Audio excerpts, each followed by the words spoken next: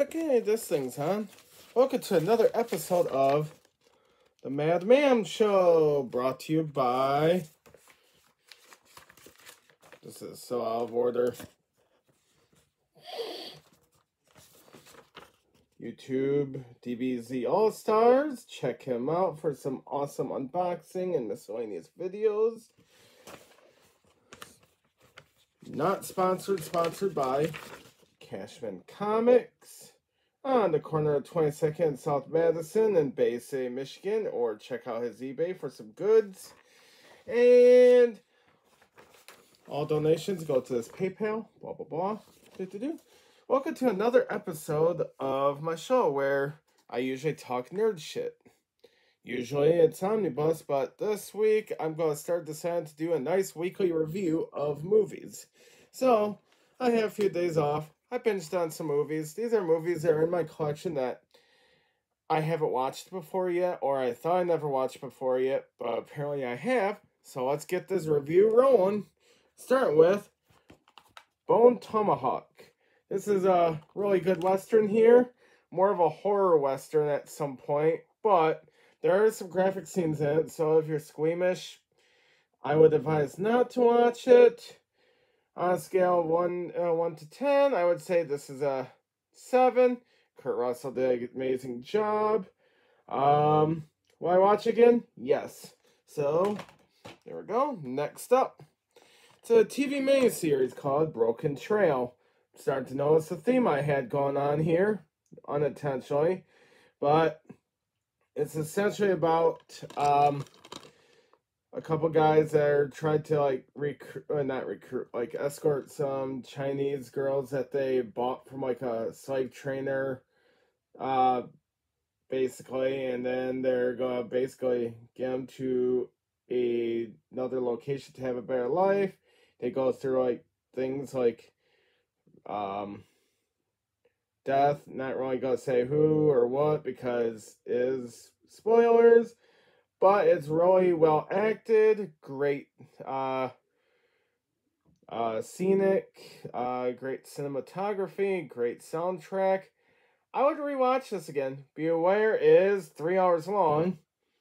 Yeah, but I give it an 8 out of 10. Definitely a rewatch. Up next is Beyond the Reach.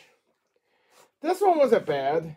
It wasn't great, but it wasn't bad. It kind of reminded me of Phone Booth in a way. Basically, it's about a businessman and a hunter that goes out in the middle of the desert to the Mojave Desert to do some hunting, and basically, Michael Douglas is the bad guy. He kind of traps the other guy in the Mojave Desert, hunting him, basically. So yeah, it's classic that. Didn't really care for the ending. Would I rewatch this again? Depends on the mood. I would give this a 6 out of 10.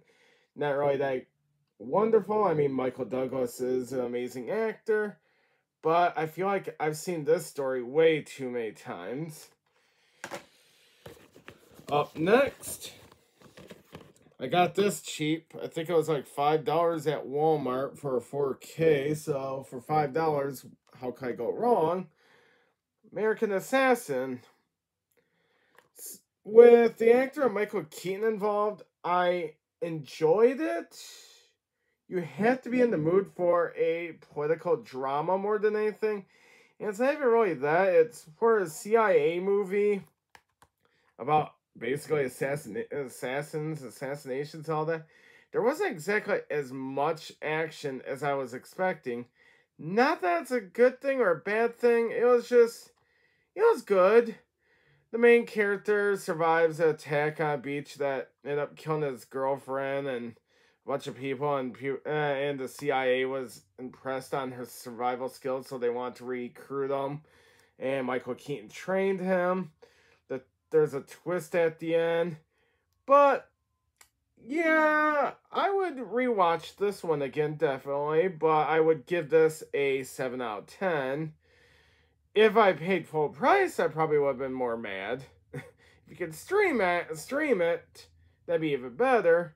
But I'm a physical media collector myself, so I love buying the DVDs first.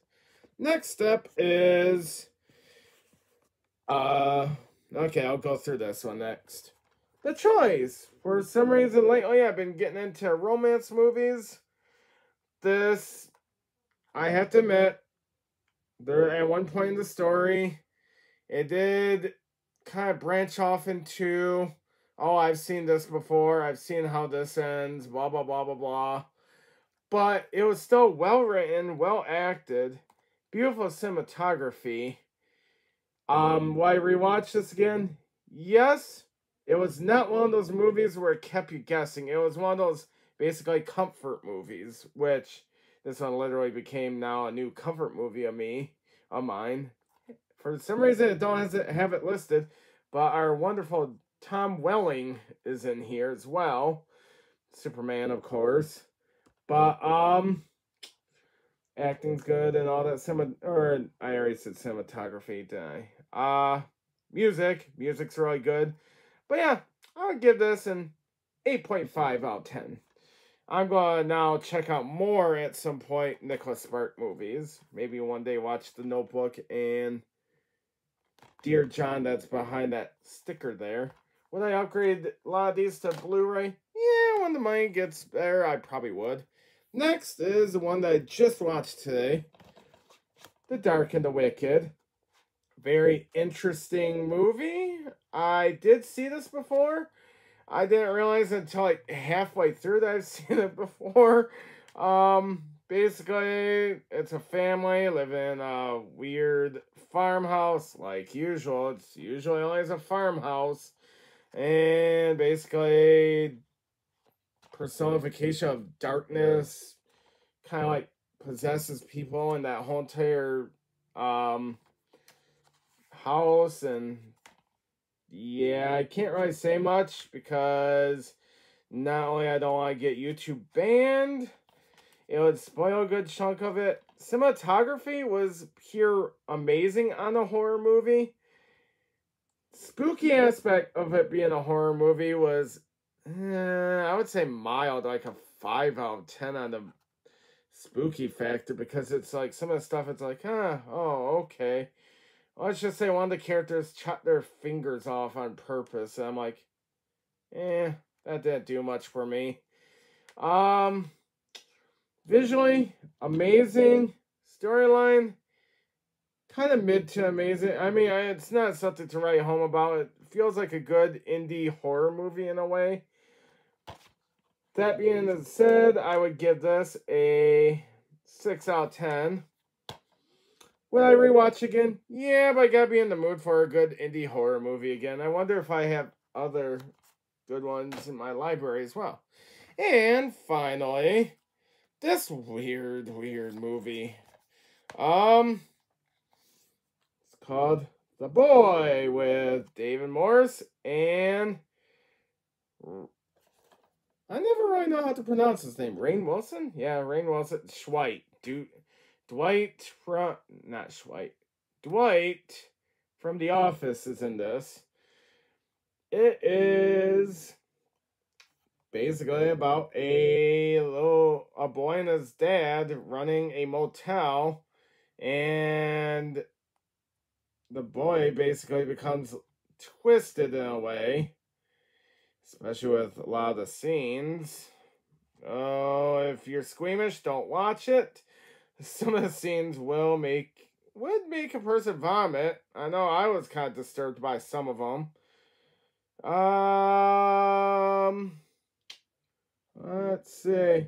Rainn Wilson had a part in it. He played as like a drifter, who was suspected on murdering his wife, but yeah, that was a semi-twist towards the end.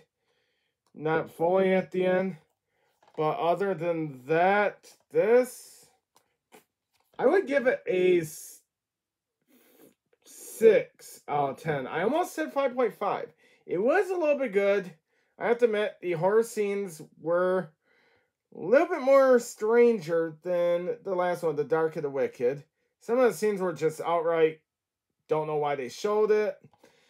It felt like an artsy horror movie more than anything. Will I rewatch this? Only reason I'm kind of keeping it is because it's kind of hard to find. You can find it on eBay for like $5, but it's not produced anywhere else. So I'm still hesitant on it. I feel like the moment I get rid of it, I'll want to rewatch it. And then my luck, then even eBay pulls it. So until then, this is staying. Oh yeah, those are the movies I watched over the last couple weeks.